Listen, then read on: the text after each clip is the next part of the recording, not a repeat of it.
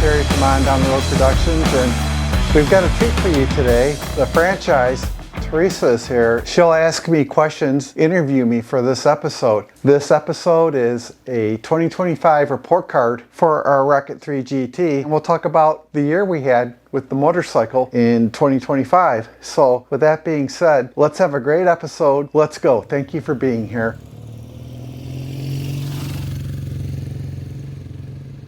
Thanks for inviting me, Terry. Let's talk a little bit about your bike this year. How many miles did you ride it?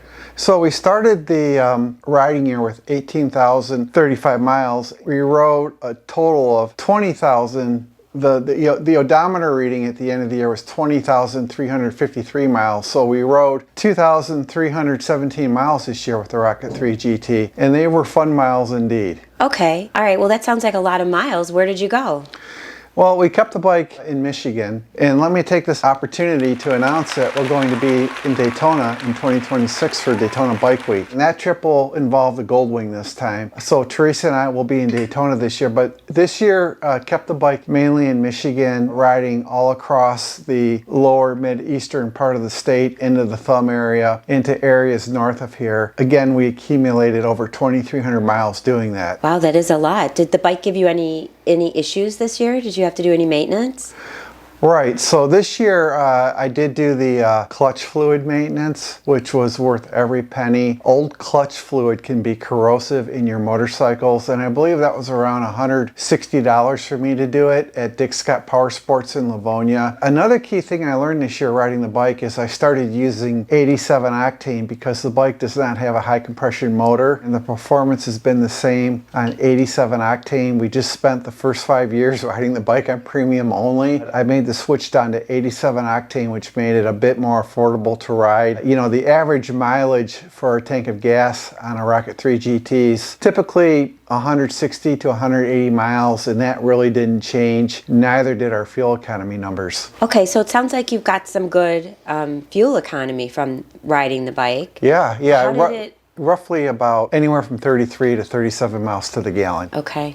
And then, so overall, how did you feel riding the bike this year? Well, it felt great because last year viewers will know that we put brand new Metzeler ME888 tires on the bike, and they're just phenomenal. They changed the whole character of the bike. The Avon Cobras the bike came with, flat spotted and wore out quick. This new setup with the tires with Metzeler ME888s on the Rocket 3 GT totally transformed the bike. Just a pure pleasure to ride and drive with amazing wet weather traction, with the clutch fluid being done again. Really enjoy riding the bike. I've had this problem because you guys know we own two bikes. We own this and a Honda Goldwing.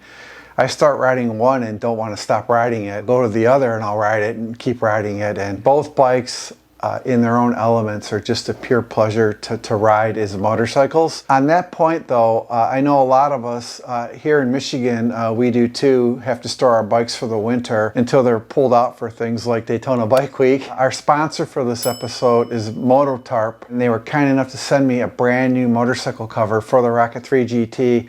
You'll see that cover on the bike later in the video. Let's talk about Moto Tarp for a minute before we continue this episode. At On Down the Road Productions, we're all about real-world protection, and the Moto Tarp motorcycle cover delivers exactly that. Built from heavy-duty 600D fabric, this thing is made for long-term outdoor use. You get a heat-shielded exhaust zone to prevent melting, a waterproof inner lining for serious rain defense, and a UV-resistant shell that won't fade or crack in the sun. Designed by real riders, Moto Tarp works for any type of motorcycle. Protect your ride the right way with Moto Tarp. Here as well, the tarp itself is in this nice carry bag. You've got handles right here, and you unzip it to pull the tarp out, and we're going to do that and put it on the bike and just show you what it looks like on our Rocket 3 GT. Another look at the gifts that come with the Moto Tarp. Again, you can see that tire inflator tubing, and it also comes with a Moto Tarp terry cloth. That's really nice. You know, you buy your Moto Tarp, your motorcycle cover, and they send this as well. Oh, check this out. The whole bike is covered. You can see the Moto Tarp branding right here, and it covers the shape of the rocket just fine. You can see our license plate through the plate window. You have another logo back here. Really impressed. I think, if you want a motorcycle cover, definitely, works on so many bikes like Harley's, for example.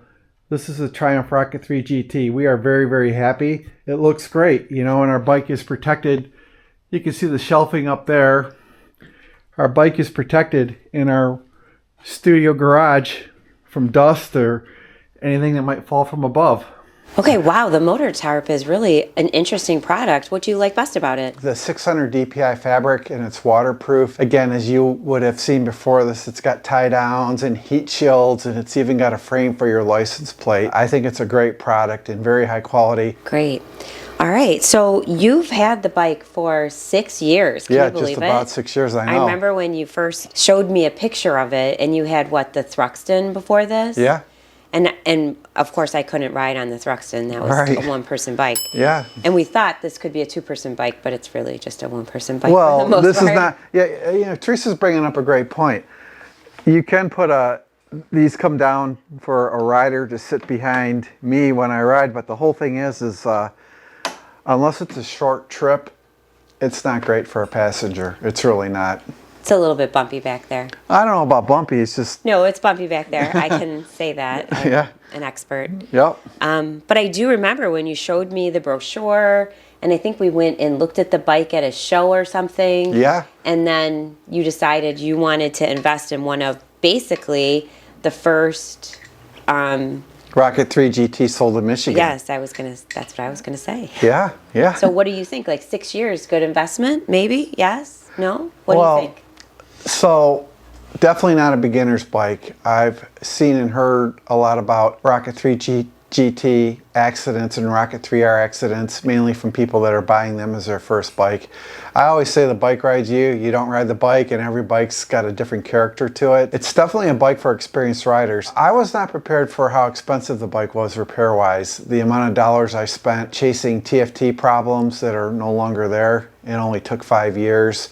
And just maintenance in general, the dollars really add up quick. So you got to realize that the worst thing about the bike is that it requires a valve inspection. It's over $2,000 now. And we've never done that. We're waiting till 30 or 40,000 miles with this bike to do the valve inspection for the head, where they take the tank off and pull the head off the motor. I just don't trust anybody to do that work on the bike. And I heard so many horror stories from other Rocket owners about this valve seating inspection. We have no issues. Now, we did around 9,800 miles get some valve tapping, and I put Z-Max in the gas and it completely went away. So right now, using V-Max occasionally in the fuel, we've had a problem-free motor, and I've also heard from people that they paid for the valve inspection and their valves were fine. So I've been walking in faith. The bike's out of warranty now. I will pay for this maybe when the bike's got 30,000 miles on it. It's running like $1 million right now. But how did you feel riding the bike?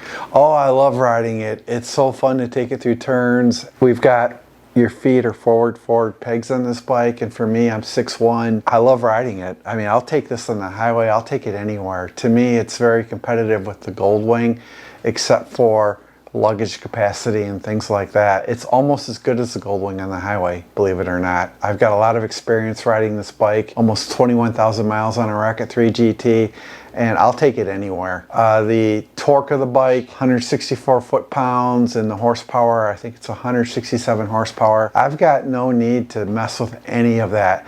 But that being said, I will do the tune. Daytona Triumph offered me the tune the last time I was down at Bike Week. If I bring the bike back to Daytona, I might take them up on that offer. Who's to say? But right now, the bike is a perfect cruiser. I've got all the kinks ironed out of it. There's a lot to be said for waiting a year to buy a motorcycle or car the first year on the market. I wish I had waited a year or two to get a Rocket. Triumph addressed a lot of problems with the Rocket 3 years after it came out, and that included the rear master brake cylinder, the low brake pressure on the rear of the bike. TFT issues plagued the bike for many owners, not just us. So things like that were sorted with recalls and things like that, but way too late. Right now, this bike is better than new mechanically as far as I'm concerned. It's going to run great for a lot more years for us. We started our channel with this Rocket 3 GT. Now that it's all paid for, all the big repair stuff is out of the way, I'd be foolish to let it go. Would you say that your 6 years of ownership was worth it? Thumbs up, thumbs down? I'm going to actually say I'm going to give it a C+ for the C plus. C plus, yeah. C plus. That Right. doesn't seem fair. Well, it does because again, the amount of money I had to put into it to get it Seems right. harsh. Seems harsh. It's- C plus. Yeah, motorcycles shouldn't be this expensive. I have a separate video on the cost of owning a rocket for 3 years. For 2025, I'll give it an A all the way. A. Okay. Yeah, for 2025, I was gonna say you're gonna hurt her I'm feelings. giving the bike. Yeah, I'm giving the bike an A. You know, the new tires, the new clutch fluid. In 2024, I had new front brake pads put on the bike and new front wheel bearings put on the bike. For 2025, every time I rode this rocket, it was phenomenal to ride. I'm not going to lie about that at all. It's a cool bike to ride. Sounds good. She'll take the A. Yeah, the bike will take the A. All right, guys, with that, we're going to wrap up the episode. Thank you for watching this one. Hey, if you want to get a Moto Tarp, there's an affiliate link and a discount code you can use to get money off the purchase price of a Moto Tarp. So I highly recommend the Moto Tarp. It's a good, high quality, 600 DPI fabric motorcycle cover.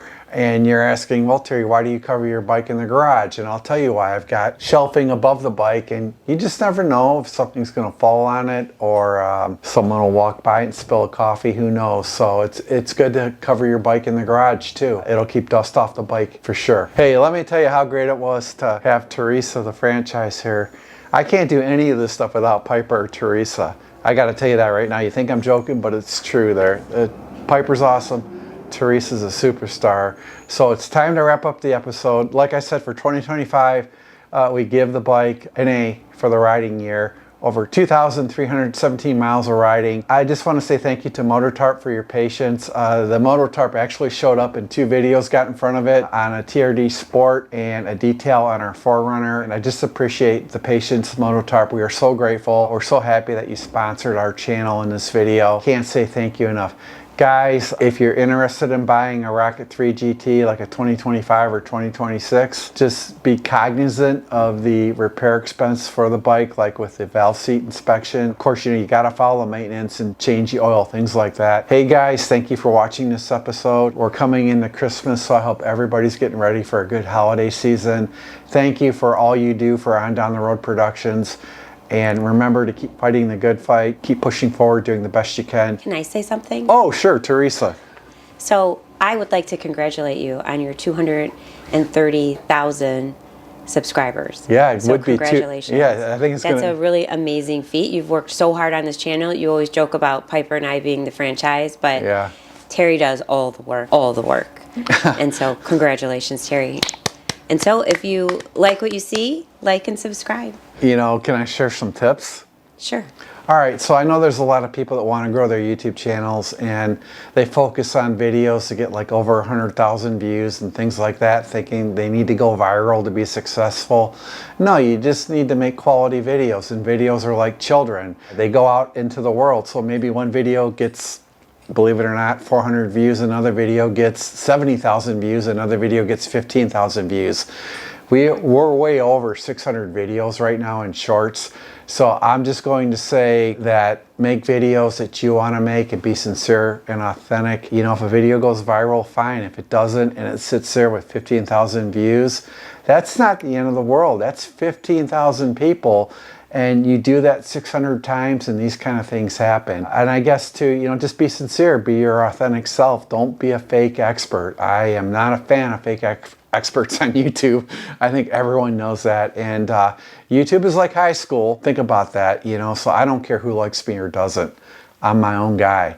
Be your own person on YouTube. Realize that you're the only one that's going to help yourself on YouTube. So that's how we got there. You guys know we actually care, and we're zero bull, zero shill, and that we're realistic and we don't act entitled. That's it. I really look forward to the day I get a video that goes 1 million or something like that. I know it'll happen. It'll happen when it's supposed to happen. The other thing too is I put myself in the space of other content creators. In January, I met Raddy's Rides at the auto show. We had press passes for that and shook his hand. I met Be Your Boss of Your Own Motorcycle out at Detroit Harley Davidson. I got on my bike and rode out there to meet him. I didn't wait for him to meet me. And of course, I've had interactions too with Adam Sandoval. I didn't ask for any special treatment or any YouTuber treatment from any three of these people. Do that. If you know another YouTuber who is successful, is going to be out there, put yourself in that same space and shake their hand. Do things like that too. Don't wait for people to collaborate. Now, a lot of people use collaboration to grow their channels. Not us so much. You know, we're up here in Michigan. People are all over the country. And we're not running a podcast right now. Podcasting, you can collaborate easier.